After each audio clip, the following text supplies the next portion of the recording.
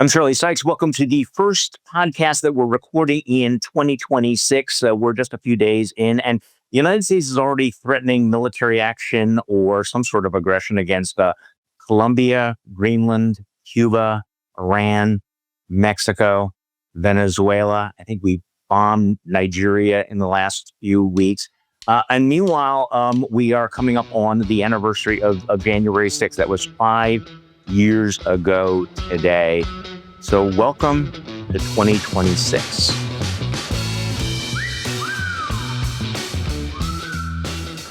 What a welcome. You've made it sound like it's going to be a great year. You know what? I was clinging to the hope that 2026 would be a better year than 2025, but I mean, it has begun quite literally with a bang. And really, we're very fortunate to be joined by the Atlantic's Anne Applebaum, by the way. Anne's podcast, Autocracy in America, is set to be released this Friday morning. Keep an eye out for it. And obviously, we want to talk about the events of the weekend and then put it in the context, including your piece where you warn us that Trump's global dominance may leave Americans with nothing. But can I just start with this very, very strange moment, the sort of the defining moment of the weekend? After the attack on Venezuela and the seizure of, President Maduro of Venezuela, one of the world's genuinely horrible bad guys. But Donald Trump said at the press conference, and I want to play this because it was such a remarkable moment where he's talking about how we're going to be running Venezuela. For anyone who thought this was about democracy or about anything other, let me just play the audio of this for you. We're going to run the country until such time as we can do a safe, proper, and judicious transition. So we don't want to be involved with having somebody else get in, and we have the same situation that we had for the last long period of years. So we are going to run the country until such time as we can do a safe, proper, and judicious transition. And it has to be judicious, because that's what we're all about. We want peace, liberty, and justice for the people. Yeah, judicious, because that's what Donald Trump is all about. I mean, if Donald Trump is about anything, it's about being judicious, isn't it? And what did you make? That's the word that comes to mind. Yeah. Yeah, that absolutely. It's going to be. He will put that on when he renames the Washington Monument, the Trump Monument. It will be judicious anyway. So what did you make of that moment? They've kind of backed off and they kind of moved away, that maybe it's now going to be strike and coercion, or maybe we're just going to quarantine them. But he was reading from a statement that somebody had put in front of him. And you can always tell because his affect was, shall we say, low energy. So what did you make of we're going to run Venezuela without, and then suggesting that maybe there'd be boots on the ground, but they seem to have backed off on that. So we are clearly not running Venezuela. To run Venezuela, you would need 100,000 people, right? I mean, you would need At least an occupying force. You would need someone who could insert advisors at all levels of the system and transform it. And we're clearly not doing that. And actually, what I had several thoughts following that press conference, but one of them was a thought that I think Donald Trump and his policy and the way it gets made is very often misunderstood. So people imagine that he must have a strategy. He wouldn't do these dramatic things if there wasn't a strategic long-term goal. Someone hadn't thought through how we would deal with Venezuela over the next years now that we've removed its leader, what is America's place in Latin America, and so on. I believe that Donald Trump doesn't have strategies. What he is interested in is dominating or winning any particular or given moment. He likes dramatic actions. He likes to do things that get him attention and make him the winner. And he did that successfully in Venezuela. What happens next? What happens to the country? what happens to the country's really unbelievably impressive and well-organized democratic opposition, what happens to the political prisoners, what happens to the regime, what happens to the paramilitaries who still have their guns, and the other groups who control some parts of the country where the government doesn't even reach anymore. He doesn't really care. And I think the lack of energy you were seeing was him saying, I've done what I was interested in doing in Venezuela, and now I don't really care what happens next. And I'm kind of bored. Yeah. I'm kind of bored, and all these questions don't really interest me. And let's talk about something else. And and the dismissiveness that the way he, I mean, to me, the real shock was the way he spoke about the leader of the Venezuelan opposition, who's whatever else you can say about her, she's an extraordinarily brave woman who has fought for democracy and the rule of law in Venezuela for many, many years, and who has lived in hiding for the last year and a half. I actually interviewed her in hiding some months ago. She, has lost touch at times with her family. She's away from her friends. She's seen her supporters be beat up and jailed and harassed. And for Trump to dismiss her as a nice woman who isn't respected in Venezuela was actually bizarre. And I've spoken to several Venezuelans in the last few days, and I've also seen them writing and saying things. And I think for Venezuelans, that was in some ways the bigger shock. I'm glad you mentioned that. Yeah, because I mean, in the past, look, I mean, this is not the first time that American presidents have invaded other countries, but there was no even pretense that this was about democracy, and I think it was the way that he brushed away the democratic opposition. I mean, we ought to put this in the context that Nicolas Maduro was very, very unpopular. He was defeated in the 2024 election overwhelmingly. They basically rigged it and stole it. The Democratic opposition is quite impressive there. Maybe her big sin was that she won Donald Trump's Nobel Prize, but he just brushed it aside. So give me some sense of where we're at in terms of regime change, because people thought we were going in there to install the Democratic opposition. He seems completely comfortable with dealing with the regime in place, although what's going on with the vice president. Well, give me your sense of what's going on with the vice president, because they were suggesting that Delcy Rodriguez would work with them, and then she had a very, very defiant statement. More recently, she sounded more conciliatory. But this is still the Maduro regime in power, and at least it feels as if he's comfortable leaving them in power as long as they will do his bidding and cut him the deals that he wants. What's your read? I mean, that's very possible. That's what it looks like. I mean, so the big word that he isn't using and that nobody else is really using is legitimacy. He's not very interested in whether the new regime is legitimate, whether it has the support of the people, whether it's going to enforce the rule of law.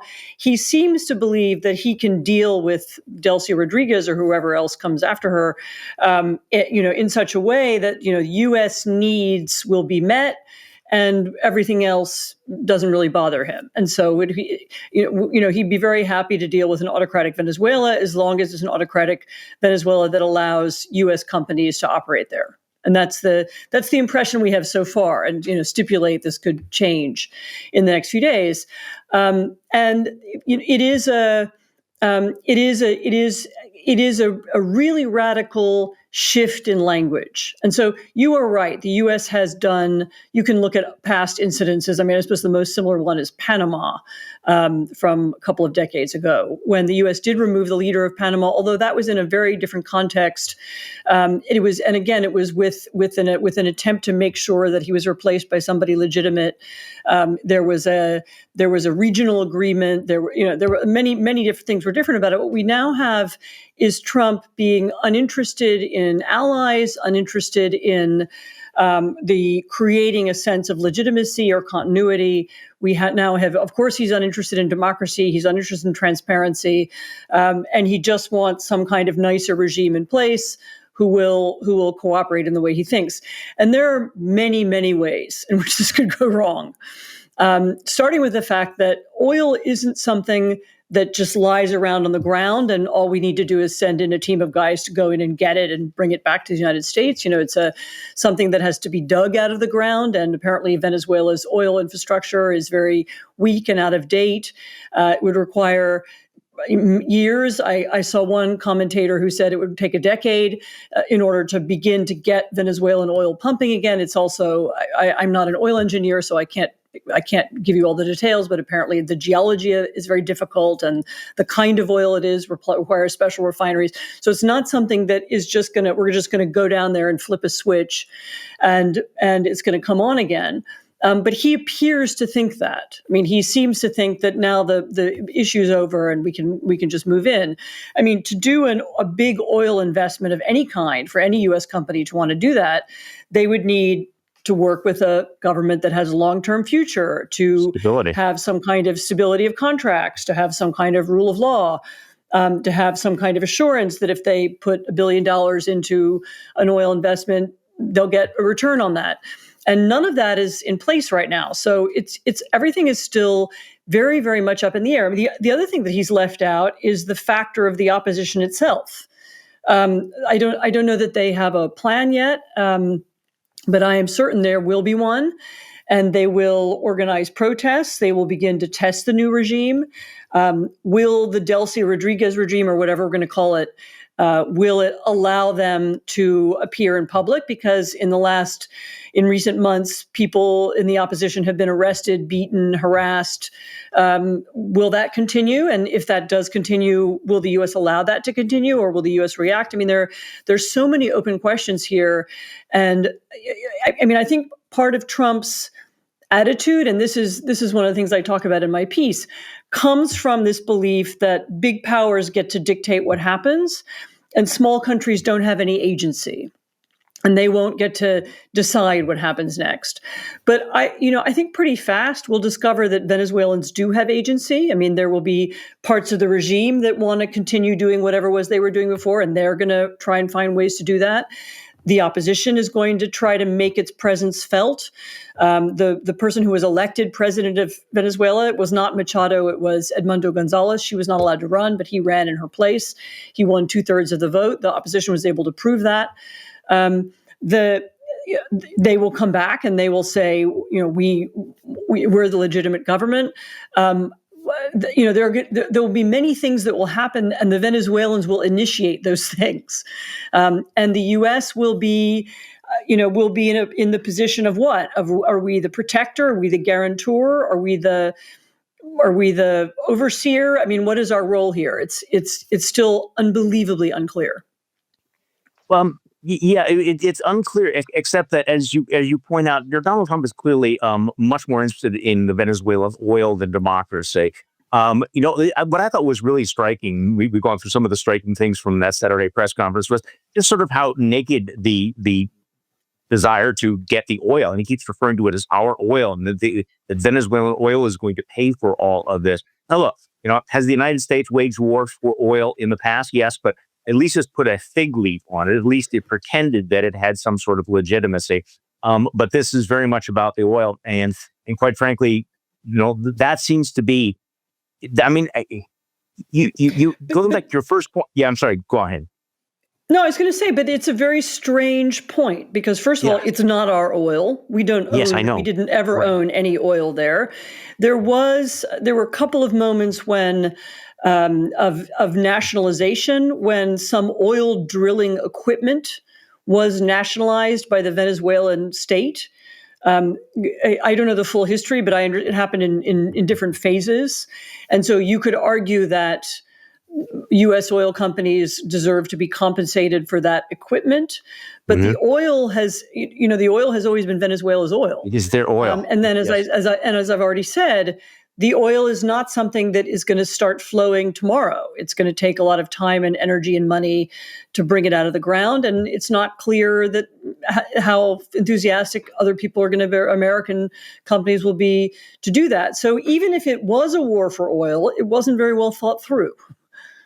So I want to talk about the new Trump world order that seems to be emerging, this global dominance. But let's stick with the attack, because over the weekend, Marco Rubio went on, I think, all of the Sunday shows and he was asked in various ways, what was your legal, what is the legal predicate for what you are doing? Under what law does the United States have the authority to take control of another country, its economy, its governance?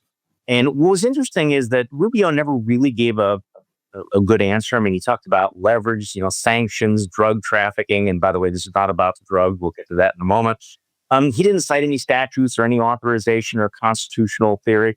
And the fact that Congress played no role in this whatsoever. I mean, obviously, Congress did not authorize this action. Congress was not even informed, which was really extraordinary because, even in the darker moments of American overreach, there was some consultation with Congress, and they essentially said we didn't think we needed to talk to Congress, inform Congress. We don't trust Congress. So that struck me as another step, another bridge cross, another red line cross. So could you talk to me a little bit about just sort of the not even going through the motions of regarding Congress as having a co-equal role in this war? No, there are two elements of that. I mean, one was the failure to build any popular acceptance of this action, of this war. I mean, there was really no effort to sell it or explain it to the American public. I mean, a little kind of desultory after the fact and a little bit in advance, but nothing to justify aircraft carriers, huge numbers of troops, major military operation. I mean, none of that was explained or discussed with the American people.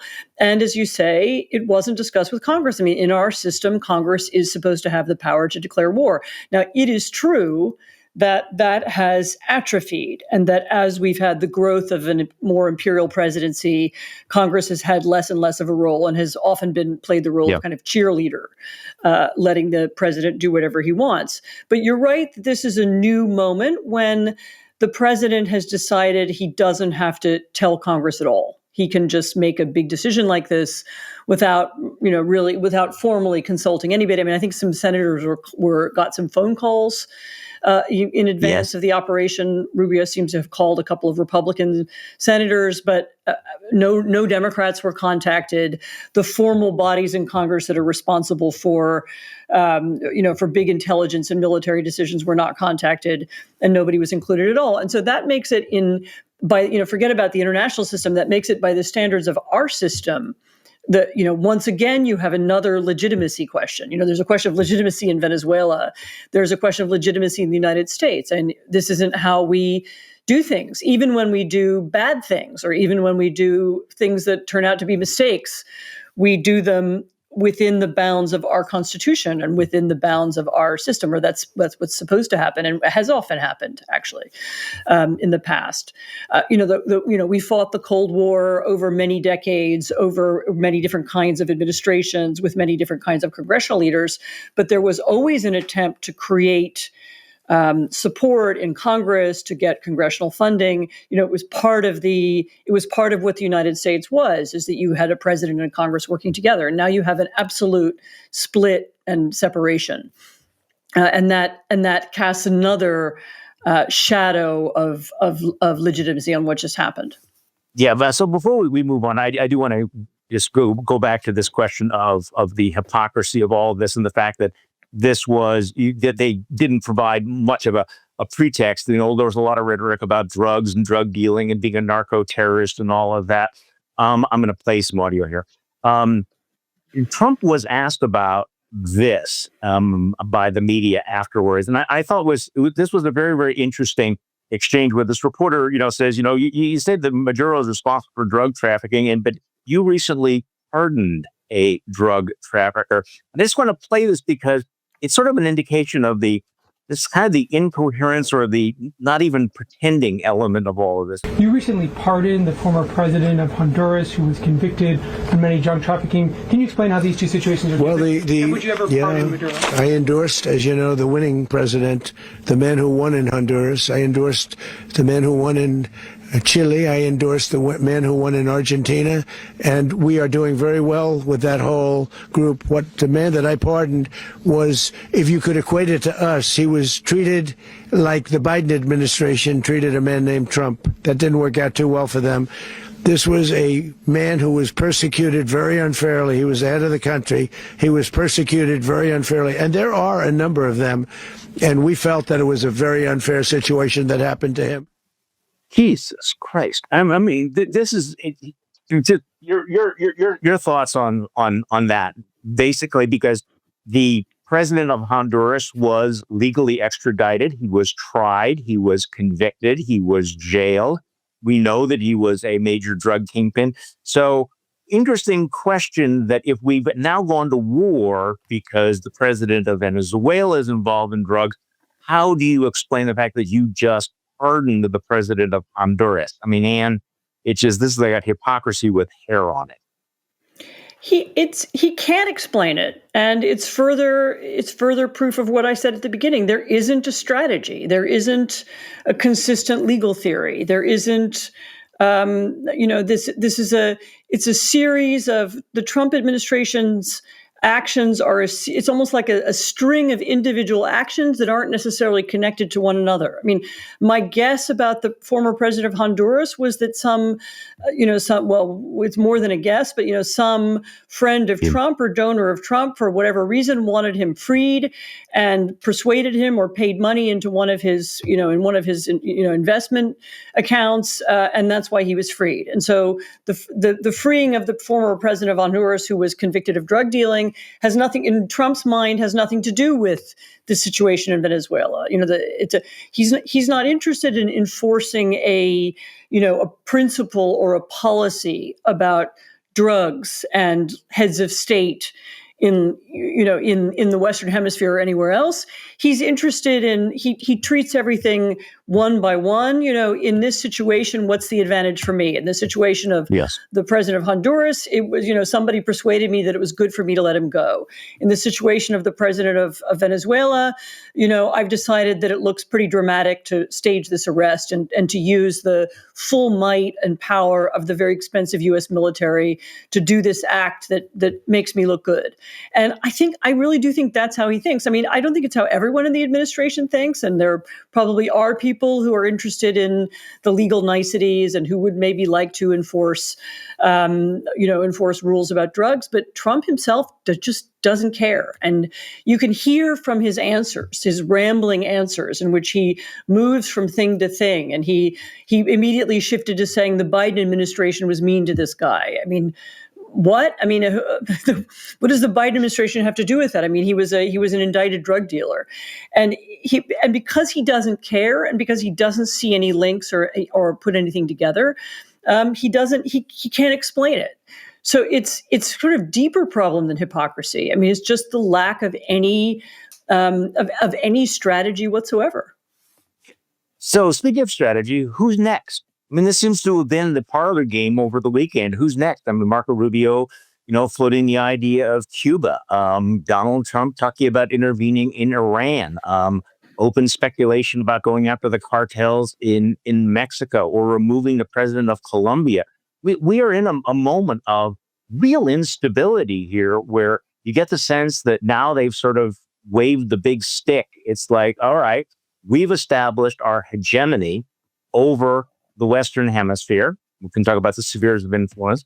And isn't the Don Rowe doctrine basically, I run everything, I run everything in North and South America, and I am prepared to exert my will on every country, every regime in this hemisphere. So what's next? What do you see going ahead?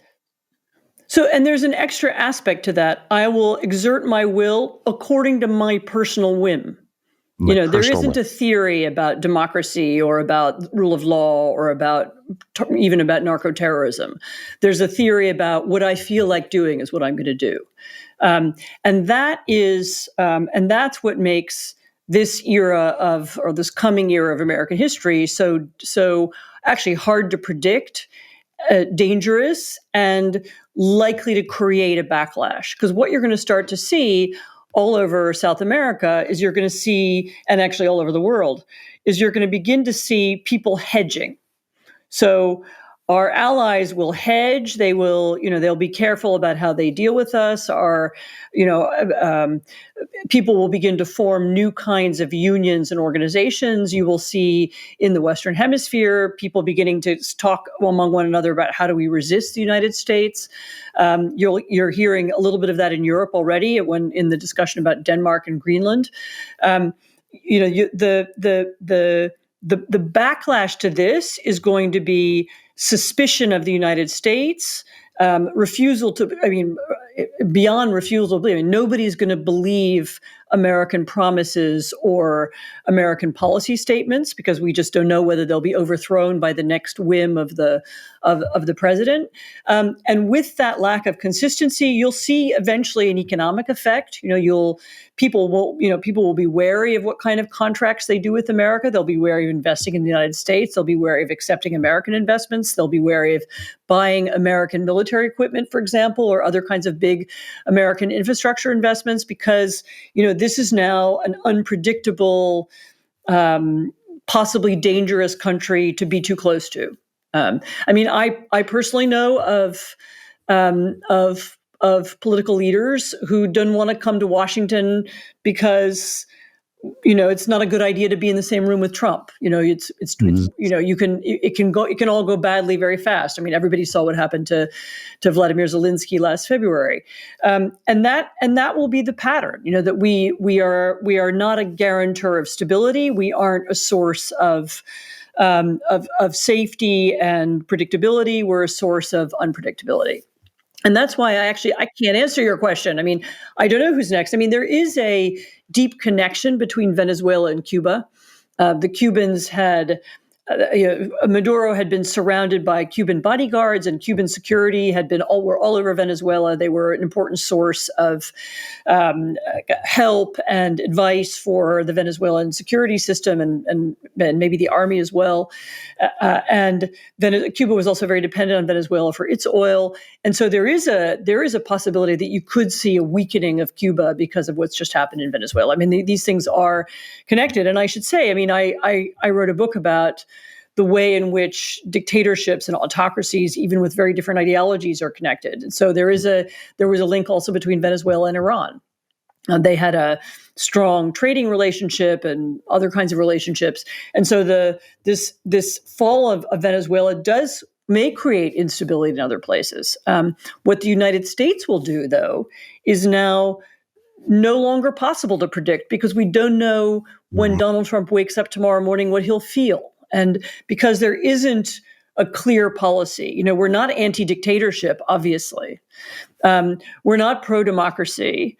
We're not necessarily in favor of enforcing drug laws. We are sometimes, but sometimes we're not. We're interested in U.S. business, but not in a kind of consistent or careful way. If we were, then we'd be interested in the rule of law, right? Because that's what business needs. And if we were interested in business, we would have consistent, predictable trade agreements with everybody too, and we don't have that anymore either. So because of that, we are, I can't give you a guess as to what, which country they'll attack next. And no one else can either. I heard you make this point over the weekend, though, that the economic fallout for this for Americans, American global companies, are going to find out that the rules, many of the rules that have been put in place that have benefited them, may be changed now. There may be this kind of skepticism about America's role, and it is striking. It feels as if we have undergone this tremendous shift from American exceptionalism to, I think this was your phrase, that now we're just the ordinary neighborhood bully. That is sort of a throwback to the 19th century where we care about our concerns, we bully our neighbors, and there's no loftier concern about freedom or democracy or even the fact that we are the good guys. You said something that really stuck with me over the weekend. You said, at a certain point, not only will the rest of the world feel differently about us, but Americans will start to feel differently about their own country. Can you talk to me a little bit about that? That, we have been the good guys. We have been a force for something that we would cling to, and that seems to be draining away. So, of course, our foreign policy was always aspirational. We aspired to do good things in the world, but there were elements of it that were indisputably good. I mean, the role the U.S. played in international aid, which has now come to an end. Um, the language that we use, the tools that we had to promote or talk about democracy around the world, these were widely admired, and in places like Venezuela, actually, or Iran or Russia. Um, and we for a lot of people, maybe even more for foreigners than for Americans, we stood for a set of principles and ideas, and people wanted us to lead that path. And I think Americans had just made an assumption about our country that we were, at least most of the time, we were the good guys. Not all Americans made that assumption, and not all of them made it all the time. But for a lot of Americans, the idea that our role in the world is positive was part of their own identity. I'm American. That's good. When I travel around the world, I want people are friendly to me because I'm American. Or even if I don't travel around the world, I like to think of myself as coming from a country that's powerful and rich, but also can be generous and a loyal ally. And I think once that's gone, once the United States is really just a bully, and it's not just the far left or the far right who say that, once really everybody feels that, and once the only thing we're seen as doing in the world is damage and destruction and chaos and instability, I think it will affect how people feel about the United States. And by the way, there's polling on this. This is not just my assumption. I mean, I've seen polls saying that first of all, Americans like having allies. There's still despite everything that's happened, despite the language that is used by the president and others, there's still a huge amount of support for NATO membership. There's a feeling that Americans like feeling connected to other like-minded democracies. We like being part of a democratic camp. We like being seen as the leaders of a democratic camp. And once that is gone, then I think people will feel worse about themselves and worse about the country. And I've seen this happen in other places. When the nature of a regime shifts, both for better and for worse, it really affects how people feel about themselves. And it's a very subtle psychological thing, and it's going to be, I can't tell you exactly how it will play out. But as Americans begin to think of their country as the bad guys, as a global problem, it will affect our relationship with our government and with one another. So I want to talk about what signal this sends to the rest of the world, including to Russia and China. But you mentioned Denmark, and this is one of those things that for most of the last year I've gone back and forth in thinking, okay, is Donald Trump just trolling us and joking about Greenland, taking over Greenland? I think it's increasingly obvious that they're not joking about this. Now, how serious they are, we don't know. You saw this over the weekend. This created a diplomatic firestorm of sorts, where Katie Miller, who is the wife of Stephen Miller, puts out this X post with a map of Greenland with an American flag superimposed and the word "soon." And the Danes were not amused. Here's the statement from the Prime Minister of Denmark. I must say this very clearly to the United States. It makes absolutely no sense to speak of any necessity for the United States to take over Greenland. The United States has no legal basis to annex one of the three countries of the Kingdom of Denmark. The Kingdom of Denmark, and as Greenland, is a member of NATO and is therefore covered by the alliance's collective security guarantee. We already have a defense agreement between the Kingdom of Denmark and the United States that grants the U.S. broad access to Greenland. In addition, the kingdom has made significant investments in security in the Arctic. I therefore strongly urge the United States to cease its threats against an historically close ally and against another country and another people who have stated very clearly they are not for sale. Now, this statement came after Donald Trump said something like on Air Force One, like, we have to have Greenland. So, I mean, this is not just one tweet from Katie Miller. There's been a lot of, buzz about all this, but that's a very strong statement from the Prime Minister of Denmark. Give me your sense of, like, the Europeans. Look at, are they Afghans? Are the United States really threatening a NATO ally? For what reason? So I went to Denmark almost exactly a year ago. and asked just at the beginning of this conversation, after the first mentions of Greenland had begun. And I've been in touch with some Danes since then. The mystery for the Danes from the beginning was that whatever it is that the United States wants to do in Greenland, it can do right now. So if American companies want to drill for minerals in Greenland, they're welcome to do it. If the U.S. wants to use shipping lanes around Greenland, I've seen some conversation about, welcome to do that too. If the United States wants a military base in Greenland, go right ahead. There's one there now. And not only that, in the past, the U.S., without the knowledge of the Danish people, actually kept nuclear weapons in Greenland at one point in the past. And so the Danes have made Greenland more than accessible to the United States. There's nothing that the U.S. can want there or need there that they can't have right now. And so the question is, given that that's the case, what do they want it for? Yeah. And the best answer that the Danes could come up with a year ago, and I don't think they've come up with anything better now, is that Donald Trump likes the way Greenland looks on a map. It's very large, particularly on the Mercator projection. It looks very big up there. And it would add to his sense of bigness and grandeur. So once again, it's not about strategy or, it's about this impression of dominance or this impression of winning.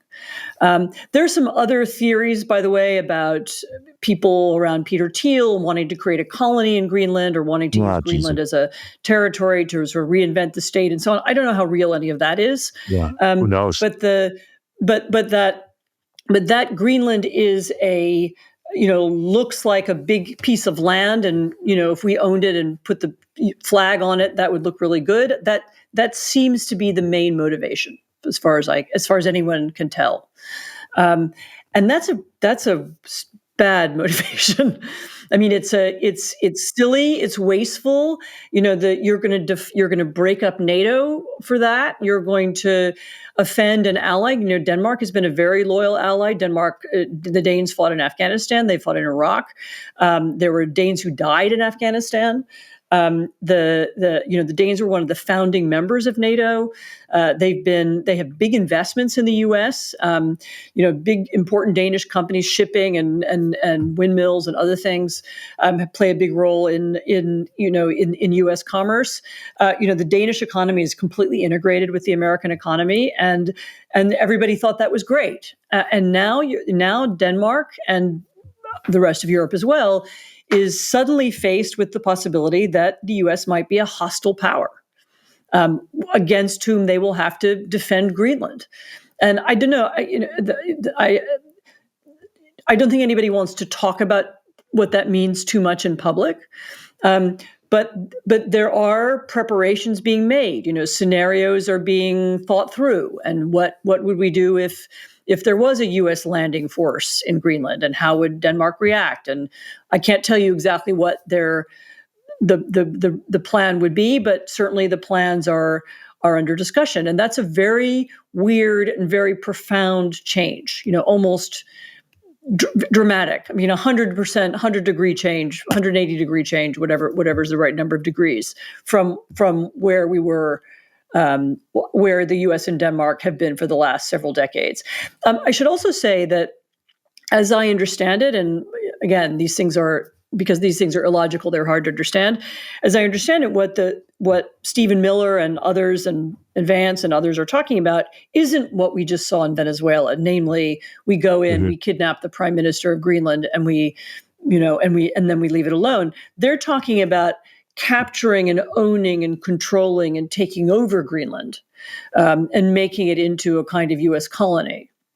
And that is something that will look a lot more like what Russia has done in Ukraine. I mean, I don't know that it would be so violent. I don't know that it would be so, what the Russian occupation of Ukraine is similar in many ways to the Nazi occupation of Poland, or indeed the Soviet occupation of Ukraine in the 1930s. It involves terror, it involves forcing people to accept passports and forcing people not to speak Ukrainian and so on. I mean, it's a very vicious and brutal occupation. Maybe they wouldn't do that in Greenland. I don't know, but you would certainly need some kind of occupation regime in order for the U.S. to control Greenland. And if that's what we're thinking about, then we're in very new territory, at least for the modern post-World War II United States. We have occupied other countries, or we've played a role in other countries and so on, but the actual taking over of territory and the eradication of its identity and the replacement with a new identity, that's something we haven't done lately. And that would turn out to be a much bigger and much uglier operation, even more so than the one we saw in Venezuela. And again, has the Trump administration thought this out? Is there a plan? I mean, it's hard to say, because they don't seem to make plans in the way that other past administrations have made plans. There isn't a policy process. They don't have input from different parts of the administration. They don't come to conclusions. They don't consult intelligence agencies. They don't do anything. So I don't know. But this would be a huge step. It would be, beyond damaging to NATO. It would destroy NATO. It would destroy the rest of our relationships with Europe. It would, and as I said, it would require a new way of thinking and a new way of behavior for American soldiers, not just occupying territory, but changing the nature of that territory, changing the identity of the people. And again, not something that we've done lately, and not something I'm sure we know. I think we even know how to do. So this is a good segue to what happened in Venezuela, how it relates to what Russia is doing in Ukraine. Of course, speaking of hypocrisy, Vladimir Putin denouncing the invasion of Venezuela, the attack on Venezuela. But let's talk about that. I mean, clearly, this Don Rowe doctrine seems to envision, Timothy, would you agree, spheres of influence where, Donald Trump controls the Western Hemisphere, Putin controls his sphere of influence, China controls their sphere of influence. So there was these reports, which I'm sure you've seen Fiona Hill talking about conversations that took place years ago, in which Putin was basically saying, give me Ukraine and we'll let you have Venezuela. So what does this whole episode say about the relationship between Trump and Russia? I mean, on the surface, it looks like Russia was saying, don't touch Venezuela, they're ours, and we denounce this. On the other hand, this is the ongoing, very strange dynamic. How do you read the Trump-Putin dynamic post-Venezuela? So there is a kind of theory of geopolitics that I have heard espoused, in which there would be that the way to achieve peace in the world is to have three spheres of influence. That the U.S. dominates the Western Hemisphere, Russia dominates Europe, and China dominates Asia. And then the three leaders, Xi Jinping and Putin and Trump, could get together and make an agreement between one another, to not interfere, and then we would have peace. This is a Russian idea. I mean, for a number of reasons, it's advantageous to Russia. One, because it gives them an excuse to behave the way they do in their immediate area. Also, because it puts Russia on the level of the U.S. and China, which it is not. I mean, I wrote in the piece I published today, European economy, just the economy of the EU alone is 10 times the size of the Russian economy. And the EU armies put together are much larger than the Russian army. So, I mean, there's no way Russia can do this, but they like to see themselves in that role.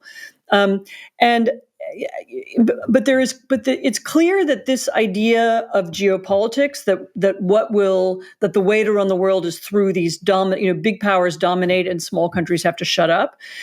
It's clear that this idea has been accepted and incorporated by some part of the Trump administration. You could hear hints of it in the national security strategy that was published a few weeks ago, with comments about the Western Hemisphere and we need to lead there, and very much downplaying competition with Russia and China as if that wasn't really important anymore.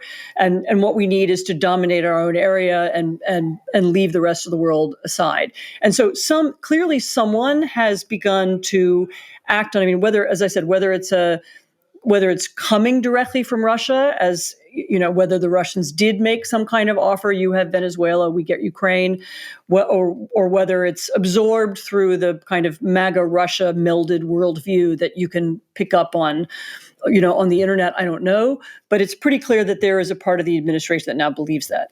I mean, think about what this entails if this is now U.S. foreign policy. That U.S. foreign policy is now to dominate the Western Hemisphere and to kind of pull away from everything else. It means that, first of all, we no longer stand for any kind of universal values. This is, as we were saying before, we don't stand for democracy. We don't stand for the rule of law. We don't stand for international law. We don't stand for the UN Charter. We don't stand for any of the things that we've stood for since 1945. It also means that we act in a way. We act as a colonial power in our area. And we allow others to act as colonial powers in their areas. And that, sooner or later, that would mean we lose, we would lose, certainly we would lose access to the Taiwanese chips that are so important to our industry. We would lose, our contacts with Korea, Japan. We would lose our relationship with Europe. And those are huge trading relationships and partnerships, very deep economic relationships that go back many decades. And we would then somehow shrink to the Western Hemisphere, where we'd be perceived as a threat and a bully by every other country. And sooner or later, I mean, might take some time, and it would depend on who is in power in which country. Sooner or later, we would also begin to see countries arming themselves or preparing to act against us, or looking for hedges, looking for relationships with China or with other states who could push back against us. I mean, it would be an enormous economic disaster over time, and this isn't something that's going to happen overnight. And it would entail, as I said, the end of any kind of American-powered influence in the world. I mean, there could be other side effects. What would happen to the role of the dollar in the world? What would happen to the influence of U.S. contracts in the world? And there are all kinds of rules and institutions and organizations that the U.S. created or co-created that have been useful to U.S. business for many decades that would fall apart. And they would be replaced by, by Chinese versions or Chinese Russian versions or something else. And it's a huge diminishing of the U.S. role and a huge loss for the U.S., I think, in terms of prosperity as well as influence. And yet this seems to be the thing that, again, I don't know if it's everybody. I don't know if it includes Rubio, but it includes some piece of the policy making, some of the people who do have vision and who do think strategically in the Trump administration. And people are listening to our conversation on January 6th, the 5th anniversary of the attack on the Capitol. And I have to say, I don't know what your thoughts are. This conversation we're having and remembering what's happened in the 5 years since then, it does feel as if the world has been turned upside down. This is the upside down reality. And a lot of it flows from that moment. What has happened to this country, to the rule of law, to the assumptions about norms and constitutional balance since January 6th. This is a day that is not fading into the rear view mirror, but you have Donald Trump back in power, thinks of it as a day of love. And I think we've seen exactly what a transitional point it was. It's also important that to understand that after January the 6th, a different kind of person was attracted to work for Donald Trump. So anybody who hated America as it was or as it is, who dislikes American democracy or believed it weak or unnecessary, who believed in radical transformation of the United States into something very different. And that includes people who are white nationalists. It includes people who are Christian fundamentalists who believe we should have a Christian state and not a secular state. It includes tech authoritarians who think that they should run the United States rather than voters. All those different kinds of people were attracted to Donald Trump after January 6th for that reason, because they saw that he attacked the political system and he got away with it. And so for some people, that was repulsive and frightening and terrible. And for other people, it was a reason to work for him. And so one of the reasons you've seen so many transformative things happen over the last year, and I think the next year is going to be no different, is because Donald Trump is now surrounded by a very different class of people. And these are people who want radical, I would say, Bolshevik-style revolution inside the United States and have a vision of a very different country. And they aren't all going to be able to achieve what they want. And some of what they want, some of them are going to clash. We've seen that happening already, too. So I'm not saying that they can succeed, but the transformative, radical, damaging, and destructive things that have happened over the past year, I think have happened largely for that reason, because January the 6th set a standard, and the people who admired that moment, are now in power. Exactly right. Anne Applebaum, thank you so much. I appreciate all of your time and your insights today. And of course, you people can find your work in The Atlantic, and your podcast. The new season begins this Friday. Thank you so much for joining me today. Thank you. And thank you all for listening to this episode To the Contrary podcast. I'm Charlie Sykes. We are in a new year, but the mission is still the same: to keep reminding ourselves that we are not the crazy ones.